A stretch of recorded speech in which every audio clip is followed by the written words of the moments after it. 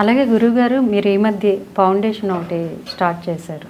అది సిటీలోనే ఉంటుందా లేదంటే విలేజెస్ కూడా వెళ్తుందా? రీసెంట్గా మేము ఇది ఐక్య విద్య అన్న ఒక ఐక్య విద్య అంటే ఇప్పుడు కలహాలు కాబట్టి ఐక్యం కలిపి ఉంచే విధంగా వాళ్ళకి ఒక విద్య కావాలన్నమాట. దీన్ని ముఖ్యంగా మేము ఎక్కడ మొదలుపెట్టాము అంటే మన గ్రామాలలో సంగారెడ్డిలో ఫస్ట్ మేము దాన్ని మొదలుపెట్టాము. ఏం చూస్తున్నామంటే పిల్లలు స్కూలు కంప్లీట్ అయిన తర్వాత వారు హోంవర్క్లు చేయడం అనేది తగ్గుతూ వస్తుంది. ఎందుకంటే ఒకటి మొబైల్ అడిక్షన్స్, వీడియో గేమ్స్ అని లేకపోతే టీవీలని అదొక రకమైన ఒకటి. ఇంకోటి ఏంటంటే తల్లిదండ్రుల్లో కూడా హోంవర్క్ చేయించాలి అంటే వాళ్ళకు కూడా కొద్దిగా జ్ఞానం అనేది ఉండాలి. అది ఉంటుందో లేదో మనకు తెలియదు పాపం. సో అందుకని మేము ఏం చేసామంటే ఈ గ్యాప్ని పూడ్చడానికి మేము మా తరపున సంస్థ తరపున ఒక టీచర్ని అక్కడ అపాయింట్ చేసి ఆ టీచరు ప్రతి ఈవినింగ్ కూడా ఒక 30-40 మంది పిల్లల్ని తీసుకుని ఈ హోంవర్క్లు చేయిస్తుందన్నమాట. ట్యూషన్ లాగా ఫ్రీగా వాళ్ళకి ఏమి ఛార్జ్ చేయకుండా మేమంతా చేయించి తర్వాత ఇంకొక గంట ఇలాగ భగవద్గీత శ్లోకాలు, కొద్దిగా మన కల్చరు, పెద్దవాళ్ళకి ఎట్లా గౌరవంగా ఉండాలి, టీచర్స్ ఎలా గౌరవంగా చూడాలి, అట్లా గౌరవ భావాలు నేర్పించడం, కొద్దిగా యోగాలు అట్లాంటివి నేర్పించడం, మెడిటేషన్ చేయించడం, అట్లా ఇంకొక గంట. సో 1 అవర్ హోంవర్క్ చేసుకుంటారు, ఇంకొక 1 అవర్ మన కల్చర్ నేర్చుకుంటారు. చివరిలో మేము కొద్ది ప్రసాదాలు కూడా ఇస్తున్నాం. ఎక్కడైతే మా సపోర్ట్ ఉందో అక్కడ పూర్తి డిన్నర్ కూడా ఇస్తున్నాం. ఆ రకంగా పిల్లలు వచ్చిన వాళ్ళు చక్కగా నేర్చుకుని చివరిలో కొద్దిగా తీసుకుని స్వీకరించి, కొంతమందికి అయితే డిన్నర్స్ ఉండే వాళ్ళ ఇళ్ళల్లో పాపం అట్లాంటి వాళ్ళకి కూడా ఇది బాగా ఉపయోగపడుతుంది. ఆ రకమైన కార్యక్రమం మొదలుపెట్టాము. ఇది ఒకసారి మేము అక్కడ పైలట్ రన్ చేసిన తర్వాత మిగతా కొన్ని గ్రామాలకు కూడా విస్తరించాం. టుడే మేము ఒక 70 గ్రామాల్లో ఉన్నామన్నమాట. ప్రస్తుతం ఒక 70 గ్రామాల్లో ఉన్నాం. అందులో ట్రైబల్ బెల్ట్లో కూడా ఒక 20 గ్రామాల్లో మేము ఉన్నామన్నమాట.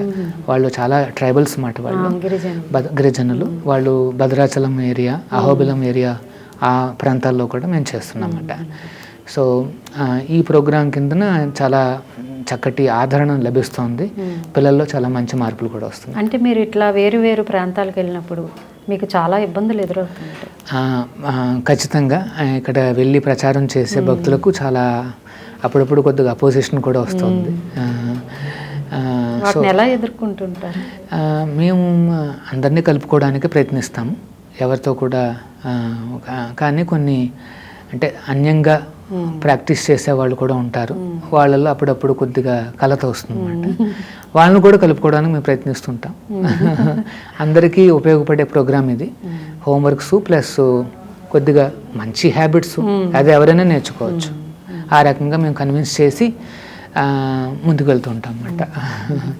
అలాగే గురువుగారు, అంటే నేను ఈ మధ్య సోషల్ మీడియాలో చదివింది ఏంటంటే, బృందావనం ఉంది కదా కృష్ణుడిది, ఆయన అక్కడికి ఆయన వచ్చి రాధతో ఆడుతూ ఉంటారని, రాత్రి వేళల్లో అటువైపు వెళ్ళకూడదని, ఇట్లాంటివి నేను చదివాను అనమాట. ఇది ఎంతవరకు నిజం అంటారు? యాక్చువల్గా భగవంతుడు ఆయన తన ధామం నుండి మన ధామానికి, మనం ఉండే ప్రదేశానికి దిగి వస్తారంట. ఖచ్చితంగా వస్తాడు. 5000 సంవత్సరాల క్రితము ఆయన ఆ సచ్చిదానంద స్వరూపుడు ఆ స్వామి ఆయన సాక్షాత్తు దిగి వచ్చినప్పుడు ఆయన ఒంటరిగా రాడు. ఆయనతో పాటు ఆయన యొక్క ఆంతరంగిక శక్తులు, సహాయకులు, అంతేకాదు ఆయన భూమి కూడా వస్తుంది అన్నమాట. అదే బృందావనం. అంటే దేవుడు వస్తున్నాడు అంటే ఆర్డినరీ కాదు. ఒక ఆర్డినరీ చీఫ్ మినిస్టరో లేకపోతే ప్రైమ్ మినిస్టర్ వస్తుంటే ఎంత హడావుడి చూస్తారో చూడండి. మరి ఇంకా దేవాది దేవుడు వస్తున్నాడు అంటే ఆయనకు వచ్చే ఆ అరేంజ్మెంట్స్ అసాధారణం అన్నమాట. సో ఆ భూమియే ఈ బృందావనం. ఆ శబ్దాలు నిజమే అంటారు. ఇప్పటికీ జరుగుతున్న ఆ లీలలు, ఆ శబ్దాలు ఇవి కరెక్టే. కాకపోతే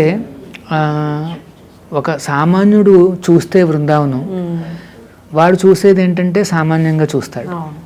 కానీ ఎవరైతే ఈ భగవద్గీతను చదువుతూ కాస్త భక్తిని డెవలప్ చేసుకుంటాడో అట్లాంటి భక్తులు ఆ స్వామిని గమనించవచ్చు అన్నమాట. ఎక్కడున్నా సరే కృష్ణుని గమనించే ఆ శక్తి లభిస్తుంది అన్నమాట. సో దానికి రావాలి అంటే భగవద్గీత చదవండి, హరే కృష్ణ మహామంత్రాన్ని చెప్పండి. చాలా అద్భుతమైన విషయాలు చెప్పారు గురువుగారు. హరే కృష్ణ.